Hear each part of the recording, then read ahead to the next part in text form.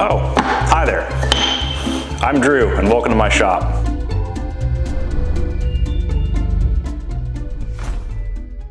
Starting the new year has made me think back to where I was when I began my woodworking journey and where I've come now. Now, I'm by no means a perfect woodworker. I'm not a professional. This is mostly still a hobby for me, but I wanted to share what I've learned so far, because there's a number of things that I wish I knew a couple years ago when I started that probably would have saved me a lot of money and a lot of time. So today I'm going to share 8 of those things with you, and hopefully you can benefit from what I've learned as you start and continue your journey. Before we get started today, if you see any of these that help you and help you learn something, please do consider subscribing.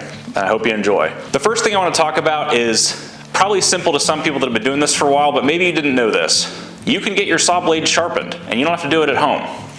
For instance, this 50-tooth saw blade, this combination blade, I've had this sharpened about 5 times now. My local shop will sharpen this combination blade with 50 teeth for $20.50. I have a couple 40-tooth blades as well that they'll sharpen for $16.50. And I just recently took my whole dado stack in, which has 2 end blades and 3 chippers for the cutting set, and they sharpen that for $49.50, which is a little bit more expensive. But think of the cost of what you're spending on a quality blade to begin with.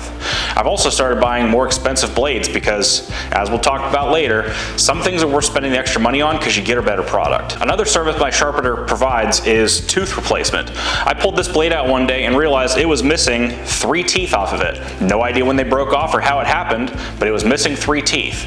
So I took it in to get it sharpened, and he was able to braze 3 new teeth on for $2.50 a piece, which is a heck of a lot cheaper than going out and buying a whole new saw blade. Now, I'm fortunate enough to have a sharpening service right around the corner from me, which luckily I found with this quick Google search, and I highly recommend you do the same. Check your local area and see if there's somewhere you can drop your blades off to have sharpened locally. If not, I do know there are online services, and I haven't used them, so you'd have to do a little bit of research for your own and figure out who works best for you. But there are online services that you can send your blades off to and have them sent back to you, fully sharpened and ready to go. Another advantage, at least with my local sharpener, is they offer blades for sale. They have industrial grade saw blades from companies like Amana and Freud, instead of just buying the Diablo blades with Freud teeth at your big box store. They also offer carbide drill bits, which seem to last much longer than the Ryobi set that I bought. They also have higher quality router bits, and they also sharpen those as well. So all of my nicer drill bits and router bits I can also take back and get sharpened too instead of ordering new ones. Again, saving quite a bit of money if you're really turning projects out throughout the year. My next tip is about relative dimensioning. This is something I wasn't necessarily familiar with the name of until recently, but I'd been using it for a while. The first project I built, I found free plans from Rogue Engineer, which I'll link to in the description below, to build I believe he called it a double X brace console table. It was made out of construction lumber, something we'll touch on in a little bit. The way the plans were laid out is you made all your cuts at the beginning and then assembled from there.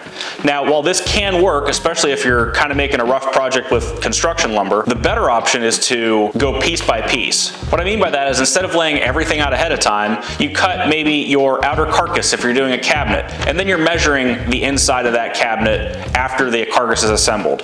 Or if you're doing a table, maybe you don't do drawers in that table until everything else is assembled, because maybe you'll be off an 1/8 of an inch to try to cut everything up front. Using relative dimensioning based off parts that are already assembled will help you get a better fit as you get further through the project and help you not waste as much lumber. Because even recently I've cut pieces and ended up being too short and I had to recut longer pieces, and basically it just increases my scrap pile. So using relative dimensioning, measuring off of what's already built instead of cutting all your pieces to final size up front, saves you a lot of time and might save you some lumber as well. This tip might be a little bit more obvious to most of you, but construction grade lumber that you get at the big box stores is just not good for fine woodworking.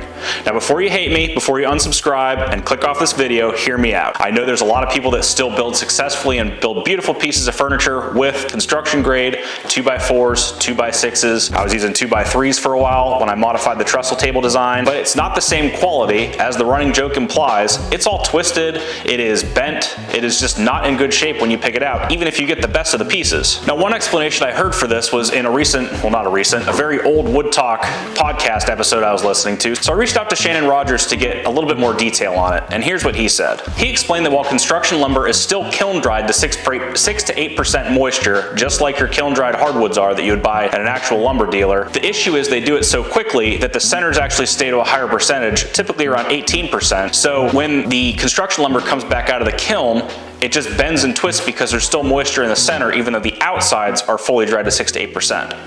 If you want more details and you're more interested in learning about lumber specifically and the lumber industry, I recommend Shannon's podcast, The Lumber Industry Update. It's fantastic for knowledge about this kind of stuff, and it's taught me a lot about the woods we use. But on that, I recommend for beginners to get into construction grade lumber and play with it a little bit. It's not a bad place to start, as with some of the joinery we'll talk about shortly. But I think it's important we move on to hardwood when you get the opportunity. Unless you find a niche in your community that a lot of people want these projects that are made out of construction lumber. There's just better woods out there from actual lumber dealers that aren't big box stores, and you'll get much better results. My woodworking transformed once I found our local hardwood dealer and started working with more interesting woods. And I'll say in my area, granted every area is different and what woods are available to you at what price will change everywhere you go. Ash and poplar.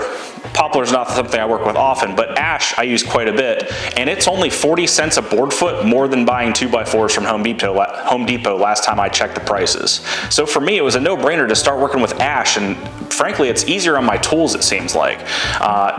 I cut it cleaner, making better products. Obviously, there's a lot of walnut, oak, things like that as well, and some of these woods can get pricey, but the results are much better and much higher quality. So consider going to hardwoods and don't stick with the construction grade stuff for too long, unless you want to. Again, everyone's on their own journey with this hobby. You do what you want to do. That's just my 2 cents about it. And I will add, if you don't have a local lumber yard to you, there's a couple other sources. So for one, you can get online. I know that Rockler and Woodcraft offer wood at kind of a premium. There are other websites like Bell Forest Products is a big one, and there are others that will sell and ship you wood that's usually either serviced on 2 sides or all 4 sides, so it's ready to work with right out of the box. Granted, you're paying a premium because shipping wood is pretty expensive and not very easy. However, if you don't have local access to it, online shopping is a good opportunity, especially if you're making smaller stuff. Another available resource is places like Facebook Marketplace, Craigslist, any other local listing that you can find. There are people cutting up wood in your area. I bet you can find them on there. The one thing I will advise, because you will get wood pretty cheap, is it might not all be dried, and it usually won't be kiln dried unless you have someone with a kiln local to you. I highly recommend picking up a good moisture meter, not the double prong systems, but one of the more expensive, high quality moisture meters if you're going to go down that road for beginning your lumber. That way you know what you're working with, and make sure you do a little bit of research on how to acclimate that wood to your shop before you start working as well. Now the next thing I want to talk about is growing your knowledge. I like YouTube, and obviously if you're here, you like YouTube as well, but I don't think it should be your only source of woodworking education. I started reading woodworking books a few months ago, and I've really learned a lot from them, far more than I can watch from video content. So I break books down into 3 types. The first is autobiographies. I'm currently reading Leave Fingerprints by James Krenov, and I found it very interesting to see how a renowned craftsperson like that came up through their childhood, what influenced them and their work, and how they became as well known as they were and respected in the woodworking community. But that might not be your cup of tea. The second type of book is more instructional. So there are books on strictly finishing, teach you how to finish your wood products and what sorts of finishes you should use. Those can be very helpful as well, because I know for me, I'm not very good at finishing, so I tend to go towards simpler solutions like hard wax oils, even when they're not the best solution. So now I'd like to try things like shellac and maybe lacquers, just to see a different side of wood finishing. The third kind of book that I would categorize is more of a coffee table style book. So I bought a book called Southern Furniture after a visit to Williamsburg in the museum there, and watching them make furniture on site, as well as seeing all the actual vintage pieces they had in the museum. I went ahead and bought this Southern Furniture book and looked through it, and it goes into detail about all the pieces they have on site, and the history, and who made them, and how they were made, what they were built out of, and it gives you a lot of pictures, and for me it really has influenced me and given me some more ideas on what I want to build in the future, giving me inspirations on projects that I want to try. Now there are certainly a lot of very talented people on YouTube, and I think it's a great resource for both inspiration and education in woodworking, but I just wouldn't recommend limiting yourself to only online content. I highly recommend stepping out and picking up a book, seeing what's out there. Lost Art Press is a great resource. There's a lot of other books on Amazon from various publishers, and a lot of things that aren't necessarily in print, because woodworking isn't necessarily a New York best-selling topic. However, a lot of these books you can get used, as I have a couple times, and you still get a great wealth of knowledge in some of these older reading, because let's be honest, woodworking hasn't changed all that much in the last however long. So if you get a 50-year-old book, most of it still applies to what you're doing today in your shop. Now let's talk about techniques. One thing I didn't realize when I started on this journey is that there's pretty much at least 3 ways to do just about everything in woodworking, and they're all right and safe. I would say that there is no wrong way to do most things as long as you're not putting yourself or your project in harm's way. For instance,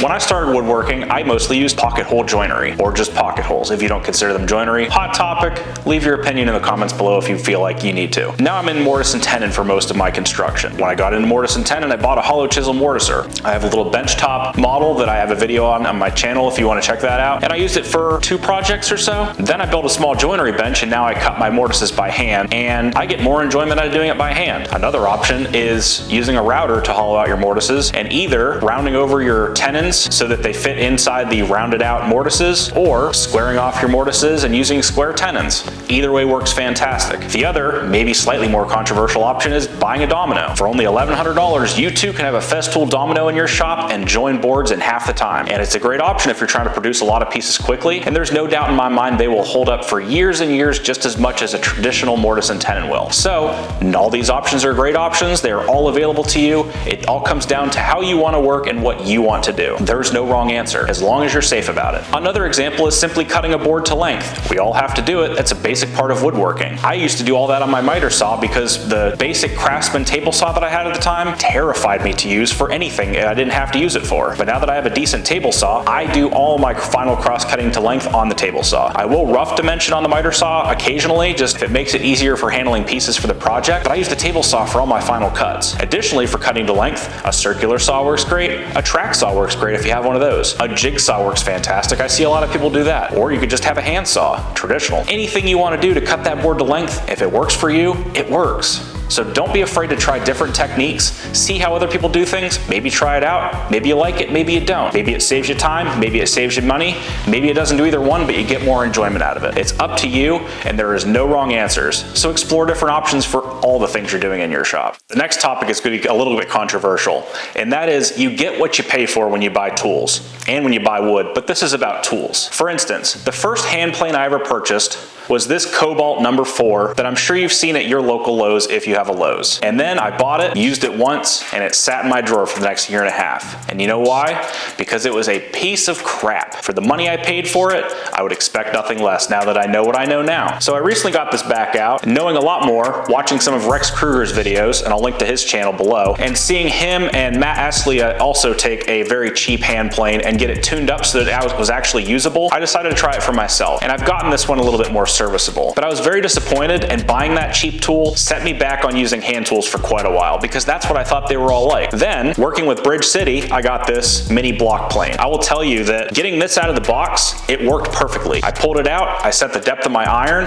and I made perfect cuts right out of the box. Now, full disclosure, Bridge City sent this to me. I do have a relationship with Bridge City and Harvey Tools. However, I will say that the value in these planes, especially the normal HP8, not necessarily the HP8X, though this is also a beautifully made and very heavy plane, you're getting what you pay for. Same with Veritas, same with Lee Nielsen. Though I don't personally have those planes, you can watch other channels. Again, I mentioned Rex Krueger, he did a comparison test. Rob Cosman has done similar tests. I will link to all these channels below. They're great resources for you. But I will say, paying the extra money for a well-made plane makes all the difference. And it's not just hand planes. Clamps are another thing that we all use quite a bit of, and they're another good example. You can get some very cheap clamps from Harbor Freight, and they'll work for a bit, maybe. Spending money on a well-known brand like Pony, I have a lot of DeWalt's, I have some Bessie clamps. All those work fantastic compared to the cheap ones. I would show you an example of one of the Harbor Freight clamps, but it broke. I don't even have it to show you anymore. And I'm not gonna buy more because now I know spending the money is gonna give me the better product that I need. Now, please don't think for a second that I'm ragging on cheap tools. I have a lot of cheap tools. You'll see a lot of what I use in my videos is still Ryobi. Those are entry-level DIY specific and focused tools. But you know what? They still work because the drills that I have, the impact driver from Ryobi, I cannot be convinced that spending 5 to 6 times as much on a Festool option or even maybe the flex options for what I do with them is going to be worth the money in my shop. So it's important to consider how much you're going to be using those tools, what you're going to be using them for, and whether spending the extra money and getting the extra features matters to you. Now, taking a look in the opposite directions, I have a couple woodpeckers tools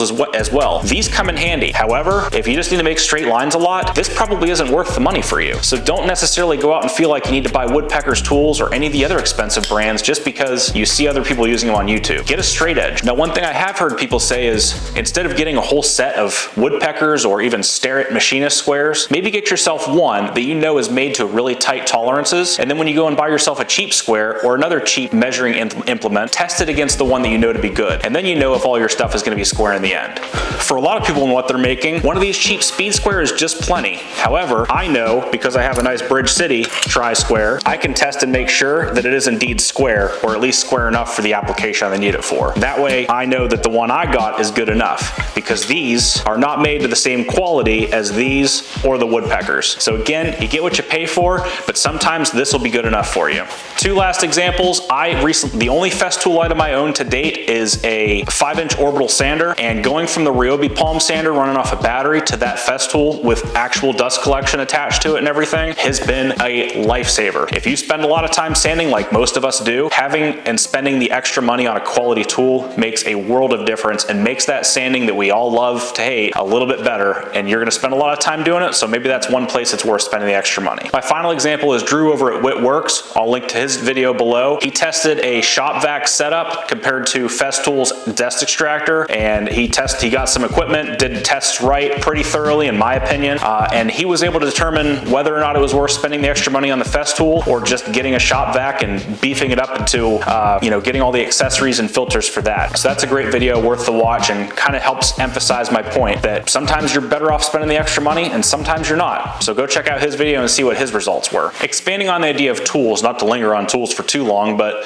another thing I learned is don't buy things until you need them. And that might seem obvious, but the more you consume YouTube, you're gonna see people with Bridge City tools, these things from Wood River, Japanese pole saws, hand planes, more hand planes.